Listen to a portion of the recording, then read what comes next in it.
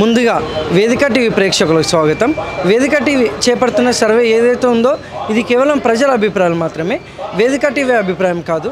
నిజాన్ని నిర్భయంగా ప్రజలతో మాట్లాడి చర్చించడానికి వేదిక టీవీ ఎల్లప్పుడూ కృషి చేస్తుంది. ఇందులో భాగంగా ఈరోజు సూర్యాపేట జిల్లాకు రావడం జరిగింది.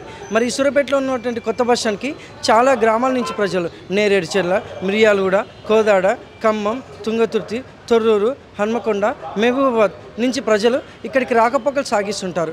మరి ఇక్కడికి వచ్చిన ప్రజలతో మాట్లాడి కాంగ్రెస్ హయాంలో రేవంత్ రెడ్డి గారి పాలన విధి విధానాలు ఏ విధంగా జరుగుతున్నాయి, మరి అలాగే రేవంత్ రెడ్డి గారు ప్రవేశపెట్టిన ఈ 6 గ్యారెంటీలు ప్రజలకి లబ్ధిదారులకు ఏ విధంగా లబ్ధి చేకూరుతున్నాయి, మరి అలాగే గతంలో కేసీఆర్ గారి పాలన విధి విధానాలు ఏ విధంగా జరిగాయని ఇక్కడికి వచ్చిన ప్రజలతో మాట్లాడి వాళ్ళ యొక్క అభిప్రాయం తెలుసుకునే ప్రయత్నం చేద్దాం. సార్ నమస్తే అండి. మీ పేరు సార్?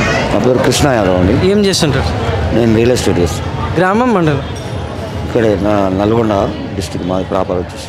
సీఎం రేవంత్ రెడ్డి గారి పాలనపై మీ అభిప్రాయం ఏంటి సార్? పర్వాలేదండి. గత ముఖ్యమంత్రి కంటే 100% ఒప్పుకోవచ్చు. ఎందుకంటే పోయిన ముఖ్యమంత్రి గారు అప్పులు చేసి ఫామ్ హౌస్లో పడుకుండు. ఆయన నెత్తి మీద పెట్టిన పథకాలు ఈయన అమలు చేసటానికి చాలా ఇబ్బంది పడుతున్నాడు. వీళ్ళు రేవంత్ రెడ్డి చేయవలసింది ఈ రేషన్ కార్డులు, ₹1 కోటి ఆస్తి కలిగిన అని కూడా వైట్ రేషన్ కార్డు చేయడం, ఈ పథకాలు కొన్ని సమీక్ష చేసి ఈ రైతు బంధు అయితే ఇవన్నీ మొత్తం ఫిల్టర్ చేస్తే అందరి అవసరాలు తీర్చే బడ్జెట్ మన దగ్గర ఉంది. కాకుంటే గుడ్డిగా అందరికీ పథకాలు వర్తించకుండా ఒక ఎంప్లాయీలకు తప్ప అందరికీ రేషన్ కార్డులు ఇవ్వటం అనేది చాలా అది తప్పు. 2 ఎకరాలు 3 ఎకరాలు ఉన్నాడు కోటీశ్వరుడు ఈ రోజులలో. వాళ్లకు వైట్ రేషన్ కార్డు ఇచ్చి వాళ్ళకు అన్నీ ప్రభుత్వ సొమ్ము దుర్వినియోగం ఇట్లనే అవుతుంది. ప్రతి సంక్షేమ కార్యక్రమాన్ని ఒక ఐఏఎస్ ఆఫీసర్ తోటి ఎవరికి ఇది చెందాలి, నిజమైన లబ్ధిదారుడు ఎవరు, అట్లా ఇచ్చుకుంటూ పోతే మన ఉన్న బడ్జెట్లో అందరినీ సాటిస్ఫై చేయగలుగుతాడు రేవంత్ రెడ్డి. మరి గతంలో కేసీఆర్ గారి పాలనపై మీ అభిప్రాయం ఏంటి సార్? కేసీఆర్ అంటే ఆయన ఒక రాష్ట్రానికి నేనే తెచ్చిన, నా ఇష్టం వచ్చినట్టు చేస్తా అని ఈరోజు రాష్ట్ర పరిస్థితి ఇంత కావటం కారణం ఆయన చేసిండు. 10 ఏళ్ళు అనుభవించిండు, రాజయోగాలు అనుభవించి ఫామ్ హౌస్లో పోయినాడు. ఇప్పుడు అతన్ని మనం అనటం కంటే ఈ ముఖ్యమంత్రి గారు చేయవలసింది ఏంటంటే ఉన్న ప్రవేశన పథకాలు చేస్తూనే అందులో అన్ని సమీక్షలు చేసి నిజమైన లబ్ధిదారుడు ఎవడు, ఆదాయం తక్కువ ఉన్నవానికి ప్రభుత్వ సంక్షేమ పథకాలు అందటంలో తప్పు లేదు, అది ఎవరైనా కోరుకుంటాం. కానీ ఒక ఎంప్లాయీ ఉండి ఉద్యోగం ఉండి రైతు బంధువు తీసుకోవటం, రేషన్ కార్డులు కలిగి ఉండటం ఇదంతా ప్రజా దుర్వినియోగం అన్నమాట. రాజుల సొమ్ము రాళ్ళపాలని ఇట్లా అవుతుంది. ఇది ఒక్కటి ముఖ్యమంత్రి గారు కరెక్ట్గా రేషన్ కార్డు ఎవరికి ఇవ్వాలి, ఆయన ఆదాయం బట్టి ఇవ్వాలి.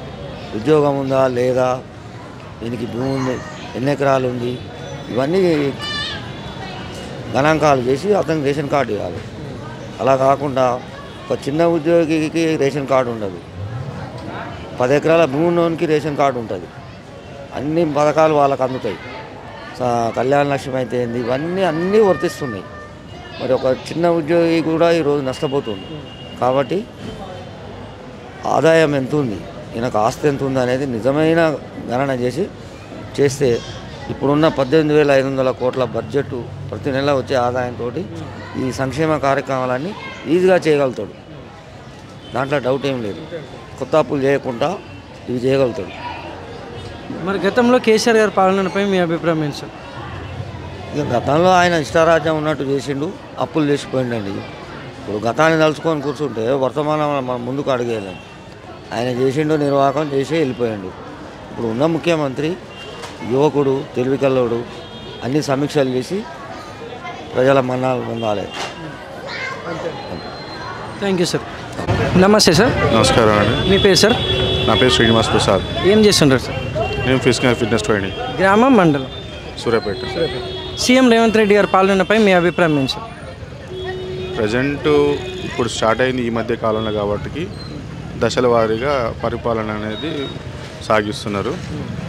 ఆర్థిక భారం అనేది ఎక్కువ ఉంది కాబట్టి అనుకున్న మాట నెరవేర్చుకుంటూ కొంతకు వస్తారు.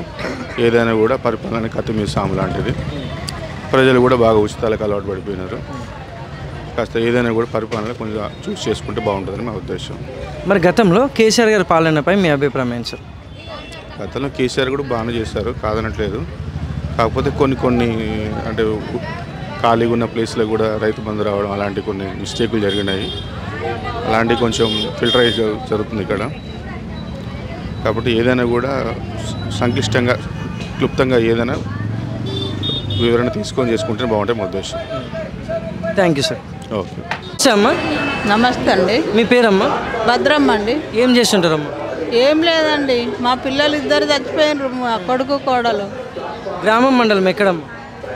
ఇక్కడ తుంగతుర్తి రెడ్డిగూడెం మాది. సీఎం రేవంత్ రెడ్డి గారి పాలనపై మీ అభిప్రాయం ఏంటమ్మా? మాకు బాగానే ఉందండి.